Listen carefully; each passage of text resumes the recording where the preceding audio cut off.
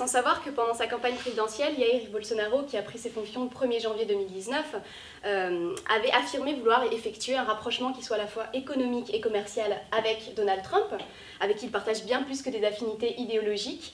Il est donc évident qu'il ait trouvé en lui un allié stratégique. Qui, selon vous, pourrait être le prochain leader avec lequel Bolsonaro aurait peut-être des intentions de rapprochement, comme il l'a fait avec les États-Unis? Il va chercher peut-être autour de lui de voir quels sont les présidents latino-américains, puisqu'il y a un virage à droite très massif de l'Amérique latine. Il y a une vague à gauche aussi massive au début des années 2000 jusqu'au début des années 2010 en Amérique latine. Et là, maintenant, le continent est très largement passé à droite. Mais c'est quand même très souvent une droite modérée. C'est une droite aussi extrême que Bolsonaro. Il n'y a pas d'équivalence. C'est quand même, Bolsonaro peut se rapprocher de l'extrême droite, voire du fascisme, et donc il n'y a pas tout à fait quand même d'équivalent d'autres pays latino-américains. Donc il n'aura pas tout à fait son équivalence. Il va vouloir effectivement, par clivage idéologique et par pression personnelle, se tourner vers Donald Trump, et ensuite donc voir un peu cliver avec d'autres pays latino-américains et voir comment il peut avoir au moins des accords de non-agression, de coopération, mais il n'est pas certain que les autres pays latino-américains accepteront un leadership brésilien, parce que d'une part, ils avaient un peu du mal déjà à l'accepter auparavant, et que Jair Bolsonaro n'a peut-être pas grand-chose à leur offrir comme perspective. Et si c'est pour avoir quelqu'un qui entend suivre de façon aveugle le président américain, même avec une Amérique latine tournée à droite, et quand ce président américain est Donald Trump, qui a eu des propos très négatifs sur non seulement les Mexicains, mais les Centra-Américains, et ça a été quand même très largement développé. Et donc on peut dire que Donald Trump, qui est en train de réveiller l'anti-américanisme en Amérique latine, rend quand même plus difficile qu'un autre président le fait de coller à son programme en Amérique latine. Vous devez savoir que le 3 janvier dernier, le président a surpris tout le monde, le président brésilien, puisqu'il a annoncé être ouvert à une discussion pour ouvrir une base militaire américaine sur le sol brésilien. Ce qui signifierait et supposerait qu'il aurait l'intention de faire un rapprochement qui soit aussi militaire avec les États-Unis. Oui, on ne voit pas trop à quoi servir cette base, parce qu'il n'y a pas de pays qui menace le Brésil en Amérique latine, et par ailleurs, le Brésil peut très bien se défendre seul. On n'est pas comme en Europe occidentale, quand il y a une menace soviétique, il n'y a aujourd'hui aucune menace militaire sur le Brésil. Donc c'est vraiment purement un geste idéologique. Il n'y a aucun intérêt stratégique, ce n'est ni l'Argentine, ni le Paraguay, ni l'Uruguay qui menacent le territoire du Brésil. Donc c'est vraiment un geste spectaculaire de soumission et de rapprochement soumis avec les États-Unis. Est-ce que les États-Unis suivront cela? Parce que s'il faut en plus payer, eh bien, voilà, le Mexique ne paye pas le mur à la frontière américaine. Est-ce que le Brésil va vouloir payer la base américaine comme la Pologne l'a proposé? Mais est-ce que les Brésiliens, qui estiment qu'ils ont des besoins nationaux et que cette base étant inutile, seront prêts à payer des centaines de millions de dollars pour construire une base militaire inutile? Donc je doute que ce projet aille beaucoup plus loin, parce que je ne crois pas que les États-Unis vont accepter de créer des dépenses supplémentaires en Amérique latine, les Brésiliens non plus, et cette base n'a aucune utilité. On est là vraiment purement dans l'affichage idéologique. D'accord, et pour X raisons, si cette base devait être implémentée, est-il possible que l'armée brésilienne, qui n'a pas caché son mécontentement face au projet de Bolsonaro, puisse s'y opposer par la violence?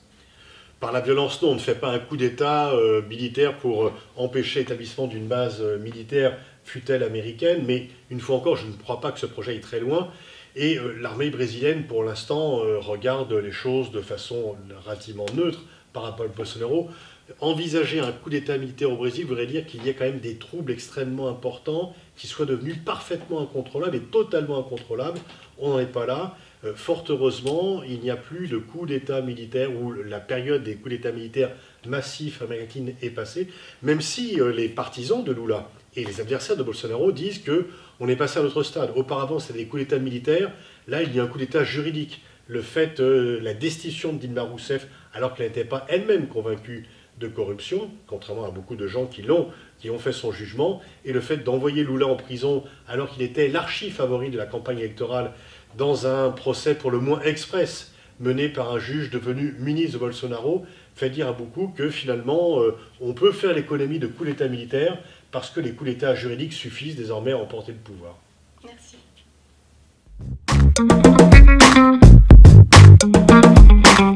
On a vu en décembre dernier que le parti du ministre ministre de la Défense Lieberman s'est retiré de la Knesset et que le Premier ministre Benjamin Netanyahou a annoncé des élections anticipées pour le 9 avril prochain.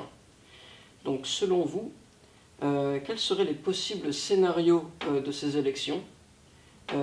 Est-ce qu'il y aurait une tendance d'un renforcement de la position de Lieberman ou bien un renforcement de la droite israélienne?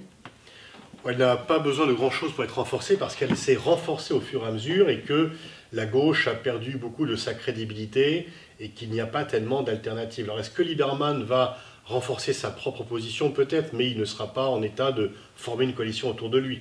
Il peut être l'adjoint dans une coalition. Il ne peut pas créer une coalition autour de lui. Est-ce que Netanyahou va renforcer sa position? Parce que finalement, sa grande force, c'est l'absence d'adversaires capables de lui faire face.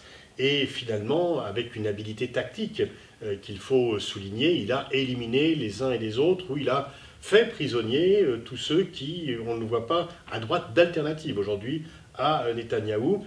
Et le centre et la gauche sont émiettés, divisés, manquent de leaders.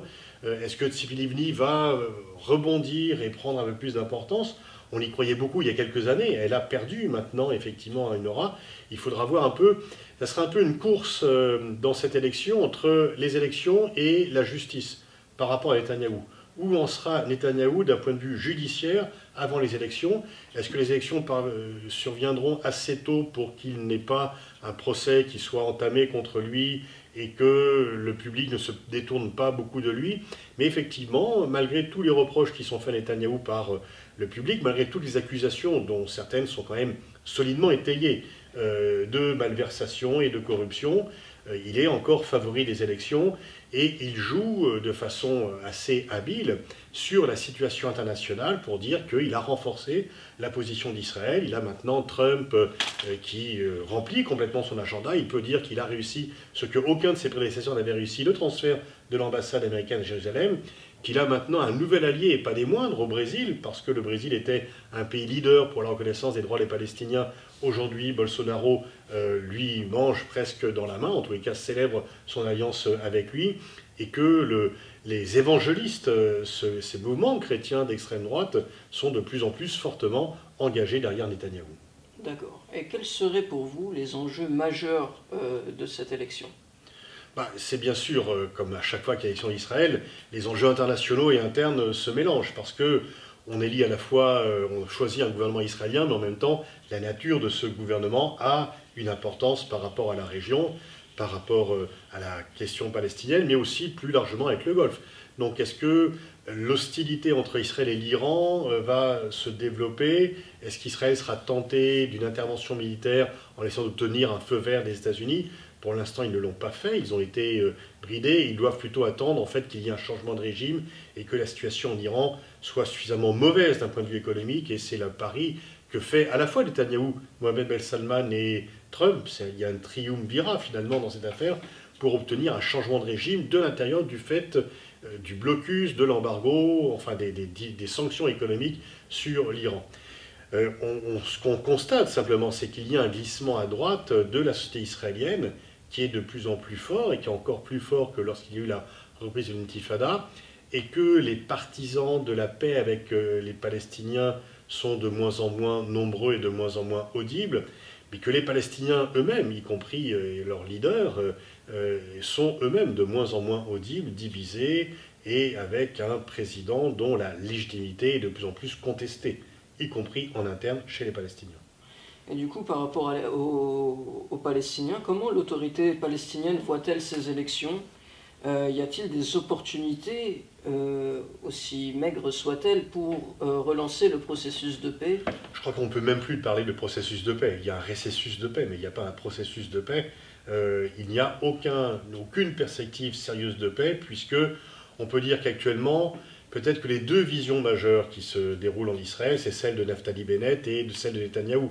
Netanyahou veut donner le sentiment qu'il peut encore croire à un accord pour calmer l'opinion internationale et surtout les gouvernements que ceux-ci ne se mobilisent pas trop contre lui.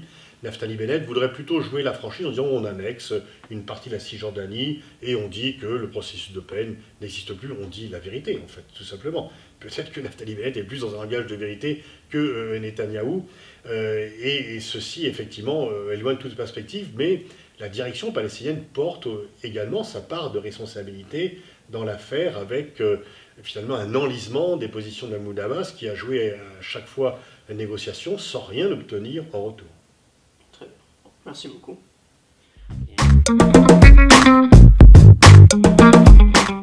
Et enfin, pour ce dernier thème, on va se déplacer légèrement au nord, en Syrie. Monsieur Trump a déclaré qu'il souhaitait retirer les troupes, d'ailleurs qui a déjà commencé. Qu'est-ce que vous pensez de ce mouvement, surtout qu'il y a encore de nombreuses enclaves terroristes en Syrie et aussi en Afghanistan? Oui, alors effectivement, mais les enclaves terroristes en Afghanistan, on peut demander si la présence militaire américaine n'est pas en train autant de les nourrir que de les combattre. Et peut-être en Syrie aussi. Alors, comme vous l'avez vu, il y a eu de nombreux allers-retours. Retrait, puis non-retrait, puis diminution. Il y a eu vraiment une communication pour le moins aléatoire, pour employer un euphémisme sur cela. Parce que qu'est-ce qui s'est passé? Trump veut se retirer. Trump veut se retirer tout simplement parce qu'il considère que la présence militaire américaine, que les interventions militaires extérieures américaines ont été des catastrophes en Irak, en Afghanistan et en Syrie. Et en Libye, on peut ajouter. Par contre, l'état-major américain, le Pentagone, le secrétaire à la Défense disent qu'il faut maintenir une présence en Syrie parce que Daesh n'est pas encore vaincu. Mais au-delà de cela, c'est parce qu'ils ont cette vision d'une présence militaire américaine qui doit être forte à l'étranger. Et donc, en fait, ils ont quand même gagné, parce que Trump n'a pas fait ce qu'il voulait. Trump serait parti très rapidement. Alors on peut dire, oui, mais on ne peut pas partir aussi rapidement, il y a quand même des accords avec d'autres pays, il faut respecter les alliés.